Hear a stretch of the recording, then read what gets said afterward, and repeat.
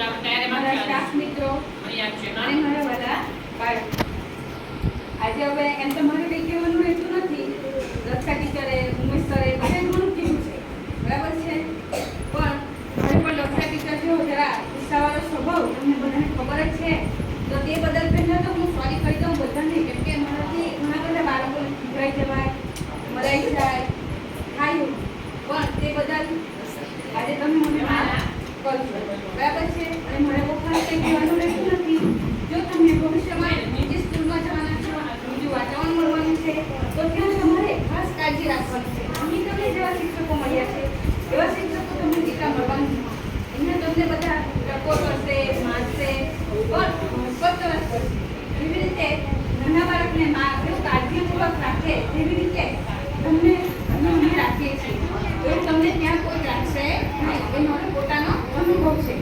અને બીજું કે ત્યાં અલગ વાતાવરણ હશે, મિત્ર ઘણા ખરાબ થવાની સંભાવના ઘણી રહેલી છે સોશિયલ મીડિયા, બરાબર છે. તો તમારે યોગ્ય બાળકોને શોધી લેવાની જવાબદારી હવે તમારી રહેશે. હવે તમને શિક્ષકો આંગળી પકડીને ચલાવવા વાળા મળવાના નથી. અહીંયા તમને શિક્ષકો મળેલા હતા અને તમને આગળ ભવિષ્યમાં ગણિત વિજ્ઞાનમાં એક ક્વેરી હોય કે ટીચર હું કઈ ફિલ્ડમાં જાઉં, કે 10મામાં હું કયો સબ્જેક્ટ લઉં, કયું મેથ્સ લઉં, તો બી તમને related according to maths science જો તમને કોઈ ક્વેરી રહેશે તો તમે એટ અ ટાઈમ મને કોલ કરી શકો.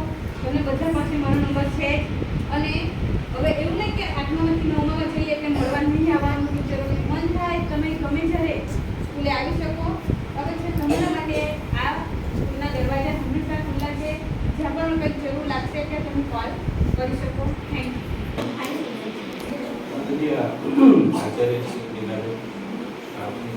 તો વાતો કરશો તો અહીંયા આવવાનું છે.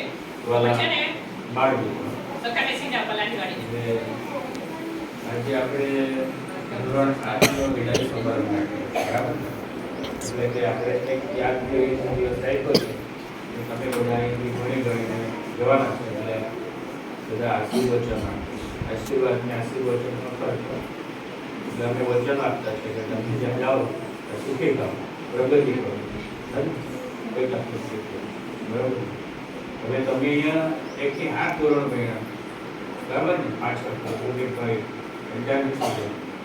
1 થી 8 ધોરણ ભણ્યા તમે, એટલે તમને જાત જાતના અનુભવ થયા હશે, અનેક જાતની બધી પ્રક્રિયા કરી રહીમાં હશે, કોઈને વાયલું હશે, કોઈને માયલું હશે.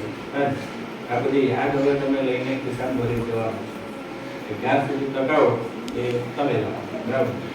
પણ કેટલાકને સારા અનુભવ થયા છે, કેટલાકને કરવા અનુભવ થયા છે, બરાબર? પણ કેવું છે, આપણે અહીંયાથી સ્કૂલ છોડીને જવું હતું પછી આપણને બહુ થાય કેટલી બધી યાદ આવે. પહેલામાં બધો મેં, બીજામાં બધો તેમ, પાંચમામાં બધો આમ, આ ટીચર તેમ, તેમ, હે એકવાર મને આમ થયેલું તેમ થયેલું, બધી ઘણી બધી સારી બધી બાબતો આપણે યાદ કરીને જવાના છે. અને અહીંથી તમે જે દિવસે લિવિંગ સર્ટી લઈને જવાને પછી દરવાજા પહેલે ત્યાં ખાતર કરી જવાનું. હવે આપણે અહીંયા ક્યારેક જ આવું, બરાબર? પાછા રસ્તે જાઉં ત્યારે એક નજર મારી દઉં કે આ સ્કૂલમાં મેં ભણેલો, અહીં મેં રમેલો.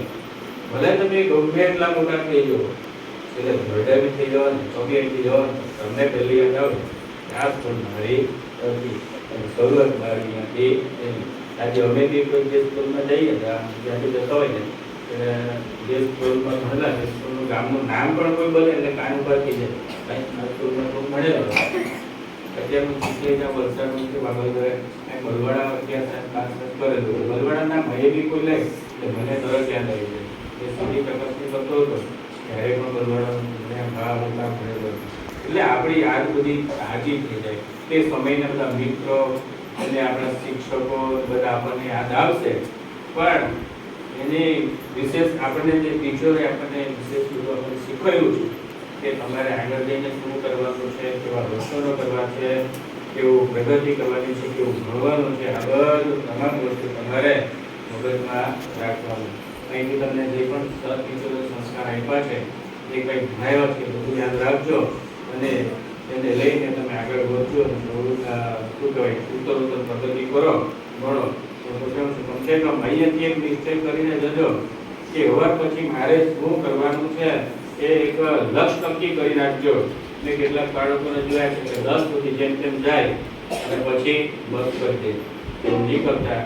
હવે તો 10 તો બધું ભણવું પડે એટલે કમસે કમ 10, 12 પાસ કરીને પણ તમે એક શું કહેવાય સ્કિલ ડેવલપમેન્ટ જેને કહેવાય આપણે કંઈક ધંધો શીખીએ એવું પણ કંઈ છોકરાઓ બધા દરેકને કેવું છે કે કરજો કે અવાર પછીનો સમય એટલો ક્રિટિકલ લાવવાનો છે કે તમે કેટલોય ભણો તો એ નોકરી મેળવવા માટે ઘણી બધી તકલીફ આવવાની છે અને કોમ્પિટિશનનો જમાનો છે એટલા માટે તમે છે ને એક લક્ષ્ય નક્કી કરીને જજો અને મારે ભણવું જ છે, ભણ્યા વગર મેળ પડવાનો નથી.